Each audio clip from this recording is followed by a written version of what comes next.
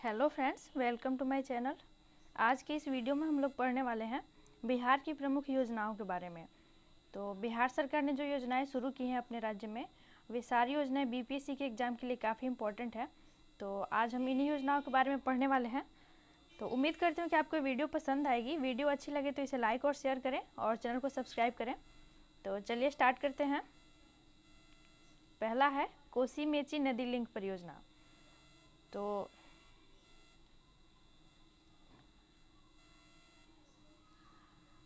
25 मई 2022 को कोसी मेची राज्य लिंक परियोजना के लिए केंद्र सरकार और बिहार सरकार के संबंधित विभागों से पर्यावरण सहित सभी तरह की औपचारिक स्वीकृति प्राप्त हो गई है। तो इसकी स्वीकृति कब प्राप्त हुई है कोसी मेची लिंक परियोजना के लिए? तो 25 मई 2022 को। और ये डेट भी याद रखिएगा क्योंकि बीपीएससी के एग्जाम में डेट भी पूछ लेता है। और ये परियोजना है कोसी मेची नदी लिंक परियोजना।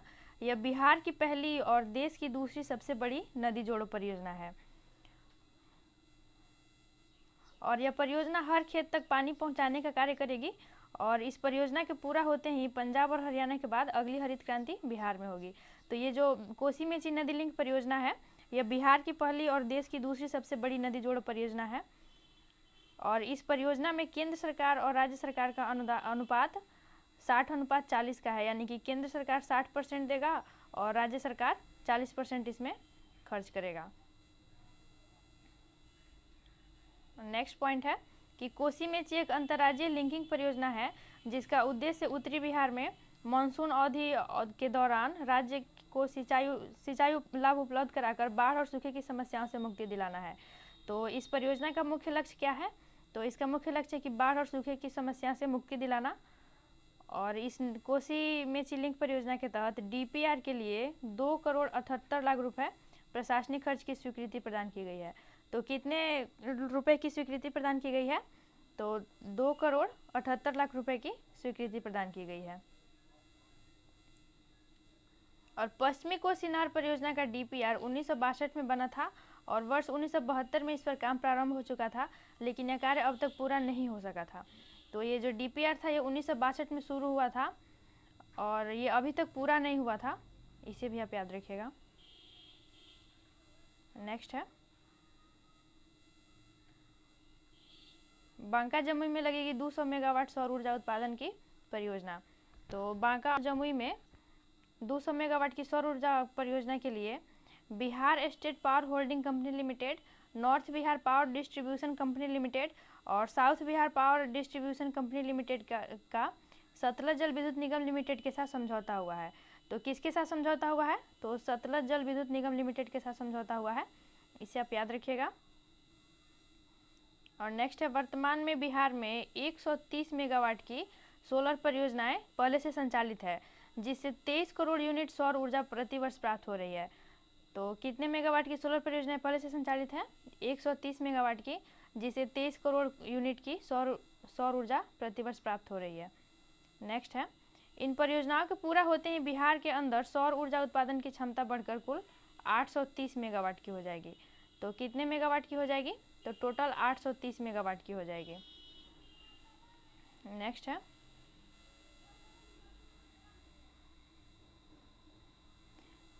इसके अतिरिक्त Bihar state power generation company की सहायता से लखीसराय जिले के कजरा में 250 मेगावाट और भागलपुर जिले के पीरपैंती में 200 मेगावाट सौर क्षमता की सौर ऊर्जा परियोजना भी जल्द लगाई जाएगी। और इसमें बैटरी स्टोरेज सिस्टम का भी अतिरिक्त प्रावधान शामिल होगा।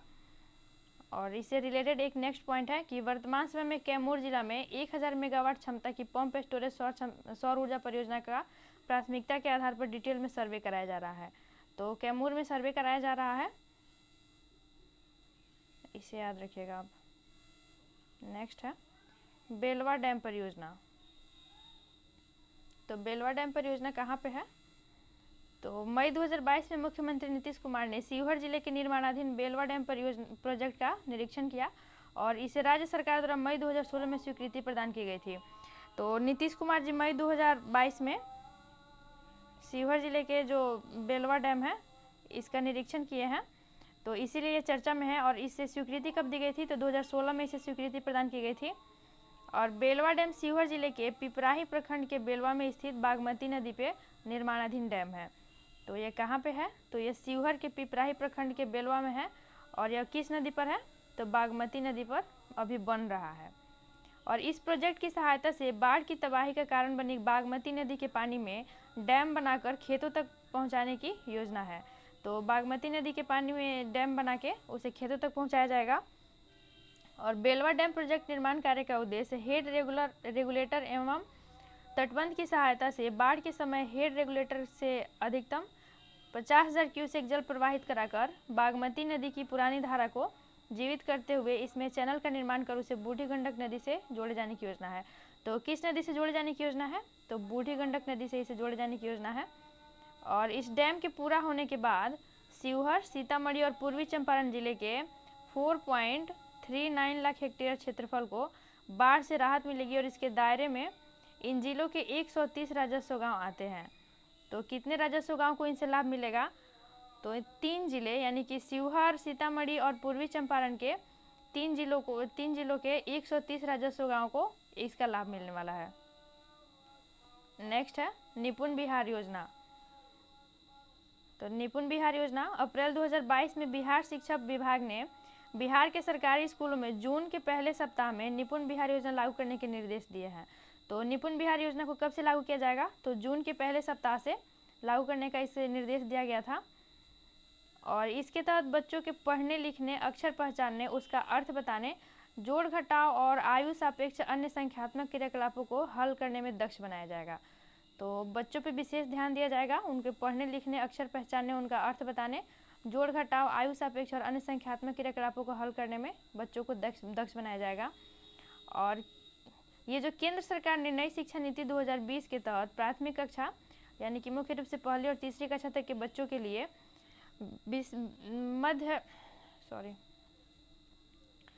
पहली से तीसरी कक्षा तक के बच्चों के लिए आधारभूत साक्षरता और संख्यात्मक ज्ञान में सुधार हेतु निपुण योजना प्रारंभ की थी। और वही योजना है जिसे बिहार में बिहार निपुण योजना के नाम से जाना जा रहा है। तो बिहार में निपुण बिहार योजना के नाम से जाना जा रहा है, इसे केंद्र सरकार ने शुरू किया था, इसे याद रखिएगा आप। नेक्स्ट है उड़ान अभियान। तो बिहार में जो उड़ान अभियान शुरू हुआ है, इसके तहत किशोरियों को बाल विवाह, दहेज उत्पीड़न, पोषण, किशोरावस्था में होने वाली समस्याओं तथा रोजगार प्रशिक्षण दिया जाएगा। तो ये किशोरियों के लिए शुरू हुई है उड़ान अभियान बिहार में, इसे भी आप याद रखिएगा। और ये जो उड़ान अभियान है, इसके तहत महिला एवं बाल विकास निगम ने राज्य के 22 जिलों में लॉन्च किया है। तो इस उड़ान अभियान को कितने जिलों में लॉन्च किया गया है, तो इस अभियान को 22 जिलों में लॉन्च किया गया है, इसे आप याद रखिएगा। नेक्स्ट है कुशल युवा कार्यक्रम। तो कुशल युवा कार्यक्रम सरकार के 7 निश्चय में से एक आर्थिक हल युवाओं के बल के तहत श्रम संसाधन विभाग द्वारा चलाया जा रहा है। तो ये जो कुशल युवा कार्यक्रम है, ये बिहार सरकार ने जो 7 निश्चय का लक्ष्य निर्धारित किया था, उसमें से एक लक्ष्य था आर्थिक हल युवाओं को बल। तो उसी के तहत इसे संचालित किया जा रहा है। और इसे कौन संचालित कर रहा है, तो श्रम संसाधन विभाग इसे संचालित कर रहा है। और इसमें क्या होने वाला है, तो इसके तहत हिंदी अंग्रेजी बोलने, अंग्रेजी सुनने, समझने, लिखने, पढ़ने का प्रशिक्षण दिया जा रहा है। तो ये जो कुशल युवा कार्यक्रम है, इसके तहत हिंदी अंग्रेजी बोलने, अंग्रेजी सुनने और समझने, लिखने, पढ़ने का प्रशिक्षण दिया जा रहा है। और साथ ही संवाद कौशल और कंप्यूटर का बुनियादी ज्ञान भी दिया जा रहा है। और कुशल युवा कार्यक्रम के तहत इसमें पहला स्थान बेगूसराय का है और दूसरा स्थान लखीसराय का है। तो इसे भी आप याद रखिएगा, ये पूछ सकता है एग्जाम में कि इसमें पहला स्थान किसका है, दूसरा स्थान किसका है। तो पहला बेगूसराय और दूसरा लखीसराय का है। नेक्स्ट है जीविका दीदियों के लिए रूरल मार्ट खोले जाने की योजना। तो बिहार सरकार के ये जो योजना है, जीविका दीदियों के लिए रूरल मार्ट खोले जाने की योजना, तो इस योजना के तहत हर प्रखंड में राशन की दुकान चला रही जीविका कार्यकर्ताओं को कम कीमत पर गुणवत्तायुक्त सामग्री प्रदान की जाएगी। तो जीविका दीदी लोग के लिए रूरल मार्ट योजना शुरू की जा रही है। और इसके तहत हर प्रखंड में जो राशन की दुकान चला रही है जीविका दीदी, उनको कम कीमत पर गुणवत्तायुक्त सामग्री प्रदान की जाएगी। नेक्स्ट है समाज सुधार अभियान। तो ये काफ़ी इम्पोर्टेंट है, मुख्यमंत्री समाज सुधार अभियान, ये काफ़ी इम्पोर्टेंट है। और ये जो समाज सुधार अभियान है, इसका प्रारंभ मुख्यमंत्री नीतीश कुमार द्वारा 22 दिसंबर 2021 को मोतिहारी से प्रारंभ किया गया था, जो कि 15 जनवरी 2022 तक चला। और यह उनकी 13वीं यात्रा थी, इससे पहले वे 12 यात्रा कर चुके हैं। तो ये जो मुख्यमंत्री समाज सुधार अभियान है, इसकी शुरुआत कब हुई और कहाँ से हुई, तो इसकी शुरुआत हुई थी 22 दिसंबर 2021 को मोतिहारी से, और यह कब तक चली थी? तो 15 जनवरी 2022 तक चली थी। और नेक्स्ट है कि इस अभियान के तहत नशा मुक्ति, बाल विवाह, कन्या भ्रूण हत्या, दहेज प्रथा उन्मूलन के प्रति लोगों को जागरूक किया जाएगा। तो ये जो समाज सुधार अभियान चला है, इसके तहत नशा मुक्ति, बाल विवाह, कन्या भ्रूण हत्या और दहेज प्रथा के प्रति लोगों को जागरूक किया जाएगा। और पुलिस मुख्यालय द्वारा जारी आंकड़ों के अनुसार शराबबंदी में कमी आई है, तो पहले की अपेक्षा शराबबंदी में कमी आई है। और इस रिपोर्ट के अनुसार पिछले 23 वर्षों में घरेलू हिंसा, छेड़खानी, दुष्कर्म, दहेज उत्पीड़न और अन्य हत्या जैसे अपराधों में भी कमी दर्ज की गई है। नेक्स्ट है जल जीवन हरियाली योजना।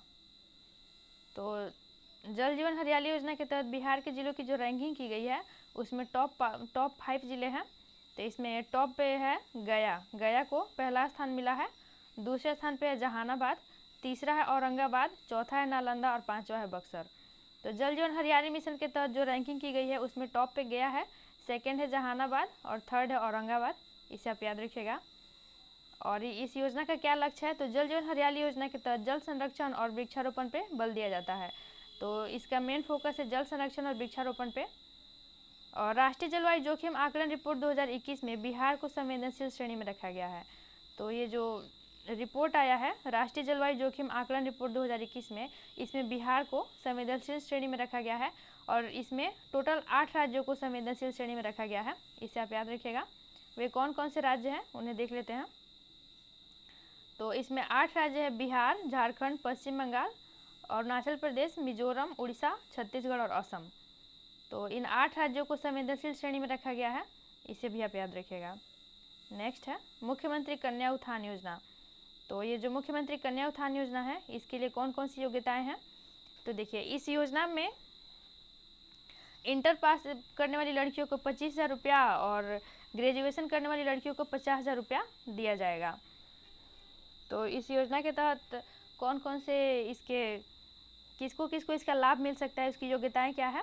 तो पहला है कि वो बिहार का निवासी होना चाहिए और एक परिवार की 2 लड़कियां ही आवेदन योग्य है, यानी कि एक परिवार की 2 लड़कियां ही आवेदन कर सकती है, 2 से अधिक लड़कियां नहीं कर सकती हैं।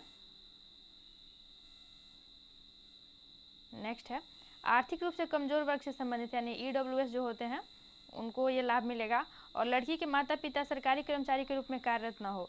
तो जिस लड़की का आवेदन देना है उसके माता पिता सरकारी कर्मचारी नहीं होना चाहिए। और इसमें जो प्रोत्साहन राशि है, तो इंटर में 25,000 रुपये मिलेगा और स्नातक में 50,000 रुपये मिलेगा। नेक्स्ट है किशोरी सशक्तिकरण योजना। तो किशोरी सशक्तिकरण योजना 1,000 करोड़ रुपए की लागत से महिला एवं बाल विकास निगम द्वारा किशोरी सशक्तिकरण योजना प्रस्तावित की गई है, जो ब्लॉक एवं पंचायत स्तर पर टास्क फोर्स का गठन किया गया। और योजना के तहत किशोरी से जुड़ी योजनाएं जैसे कि schooling, health centre, skill development centre आदि को इस योजना से जोड़कर ब्लॉक एवं पंचायत स्तर पर चलाया जाएगा।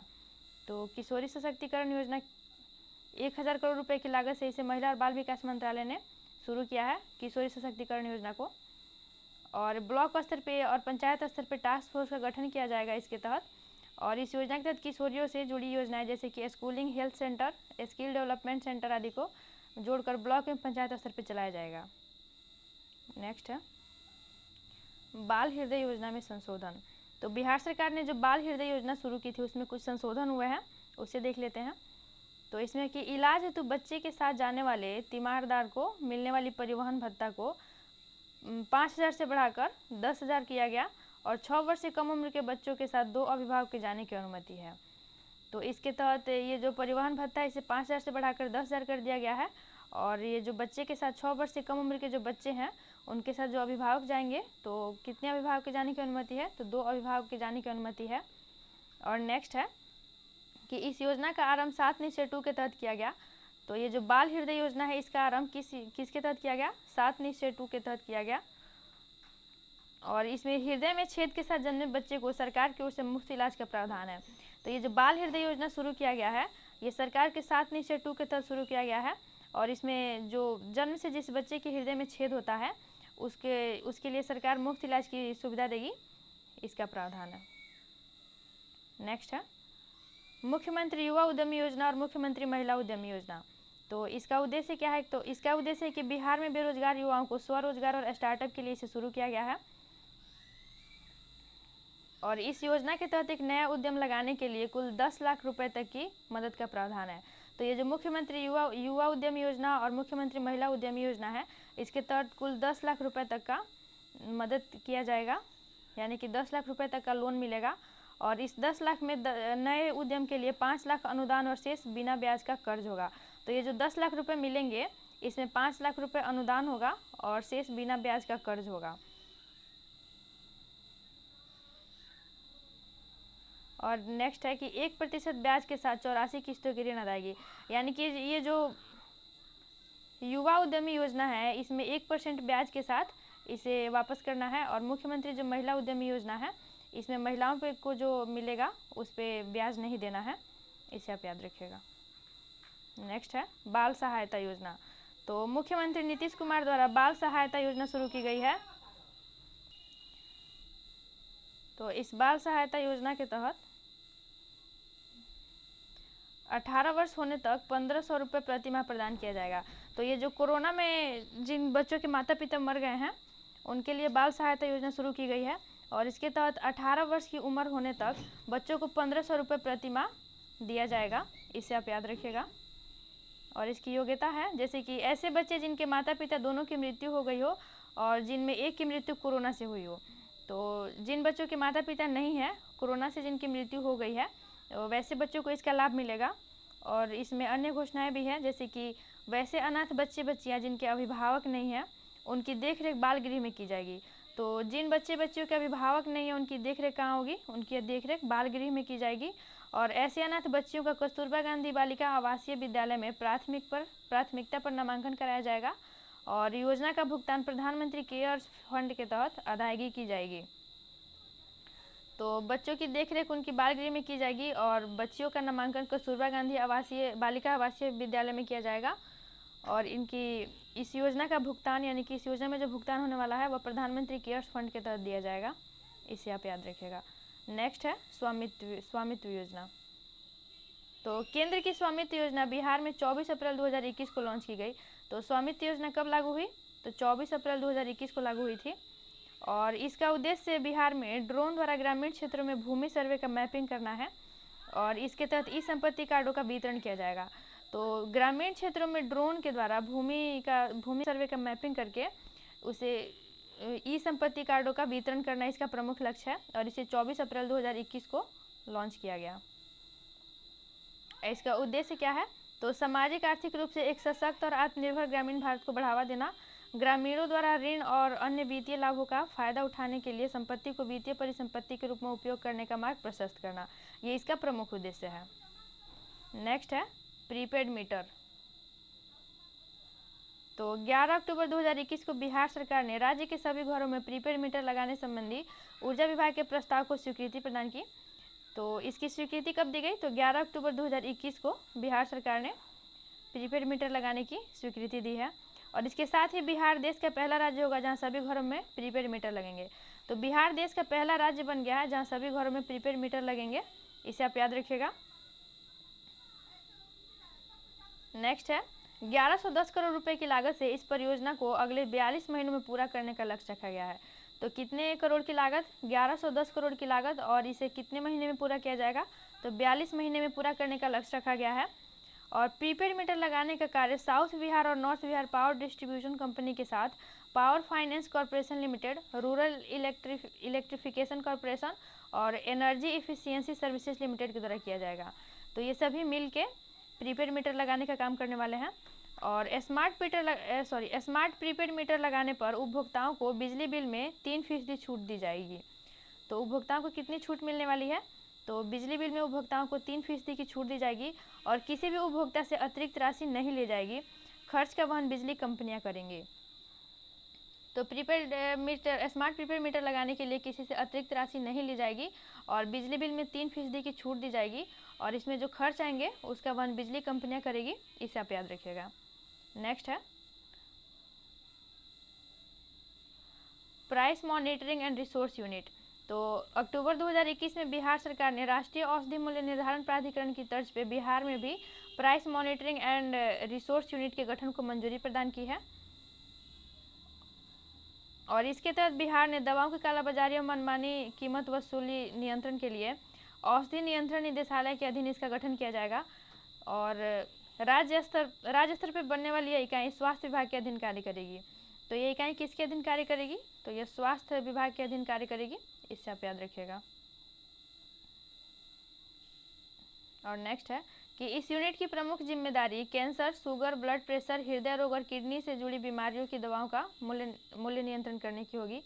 और इस तरह की यूनिट निर्माण करने वाला बिहार देश का 16वां राज्य होगा। तो बिहार कौन सा राज्य बन जाएगा? बिहार बनेगा 16वां राज्य। और इसके पूर्व उत्तर प्रदेश, केरल, उड़ीसा, गुजरात, राजस्थान जैसे राज्यों ने भी इस तरह की यूनिट का गठन किया है। तो इसके पहले उत्तर प्रदेश, केरल, उड़ीसा, गुजरात और राजस्थान इस यूनिट का गठन कर चुके हैं और बिहार ऐसा करने वाला 16वां राज्य होने वाला है। नेक्स्ट है गंगा जल उद्वह योजना। तो 6 अक्टूबर 2021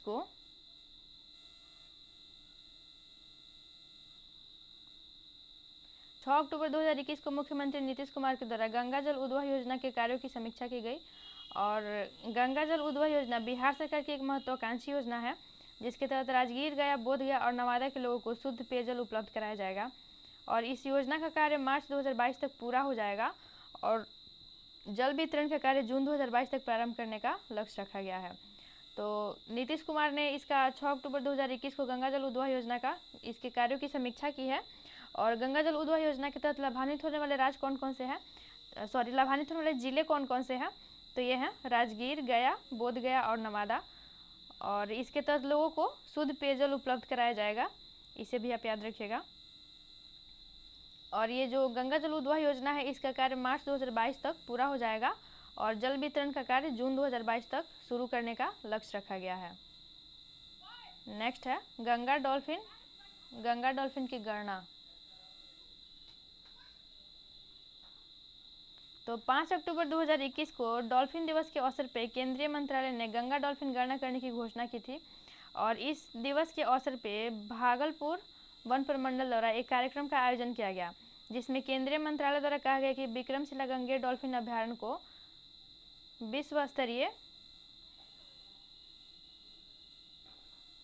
पर्यटन स्थल के रूप में विकसित किया जाएगा तथा डॉल्फिन के संरक्षण एवं संवर्धन कार्यों को संपादित करने के लिए डॉल्फिन संरक्षण बल का गठन किया जाएगा। तो डॉल्फिन की जो गंगा डॉल्फिन की गणना करने की घोषणा कब हुई है? तो 5 अक्टूबर 2021 को डॉल्फिन दिवस के अवसर पर। डॉल्फिन दिवस कब मनाया जाएगा? 5 अक्टूबर 2021 को डॉल्फिन दिवस मनाने की घोषणा हुई थी। और इसके तहत गंगा डॉल्फिन गणना करने की भी घोषणा हुई है। और इसी में घोषणा हुई है कि विक्रमशिला गंगेर डॉल्फिन अभ्यारण्य को विश्व स्तरीय अभ्यारण्य बनाया जाएगा। तो ये जो विक्रमशिला गंगेर डॉल्फिन अभ्यारण्य है उसे विश्व स्तरीय पर्यटन स्थल के रूप में विकसित किया जाएगा तथा डॉल्फिन के संरक्षण एवं संवर्धन कार्यों को संपादित करने के लिए डॉल्फिन संरक्षण बल का गठन किया जाएगा। और गंगा डॉल्फिन की गणना वैज्ञानिकों, वन विभागों, गैर सरकारी संगठनों के विशेषज्ञों तथा स्थानीय लोगों की भागीदारी से की जाएगी।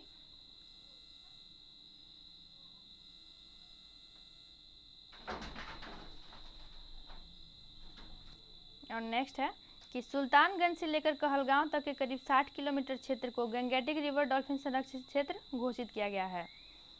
और नेक्स्ट पॉइंट है कि गंगा डॉल्फिन को भारत सरकार ने वर्ष 2009 में राष्ट्रीय जलीय जीव घोषित किया था और IUCN की रेड लिस्ट में से लुप्तप्राय श्रेणी में रखा गया है। तो डॉल्फिन को राष्ट्रीय जलीय जीव कब घोषित किया गया था? तो 2009 में इसे राष्ट्रीय जलीय जीव घोषित किया गया था। और ये जो IUCN की रेड डाटा लिस्ट आती है उसमें इसे लुप्तप्राय यानी कि इंडेंजर्ड श्रेणी में रखा गया है, इसे आप याद रखिएगा। नेक्स्ट है मुख्यमंत्री युवा और महिला उद्यमी योजना। तो बिहार में उद्योगों को बढ़ावा देने के लिए 18 जून 2021 को बिहार सरकार ने युवा एवं महिला उद्यमी योजना की शुरुआत की।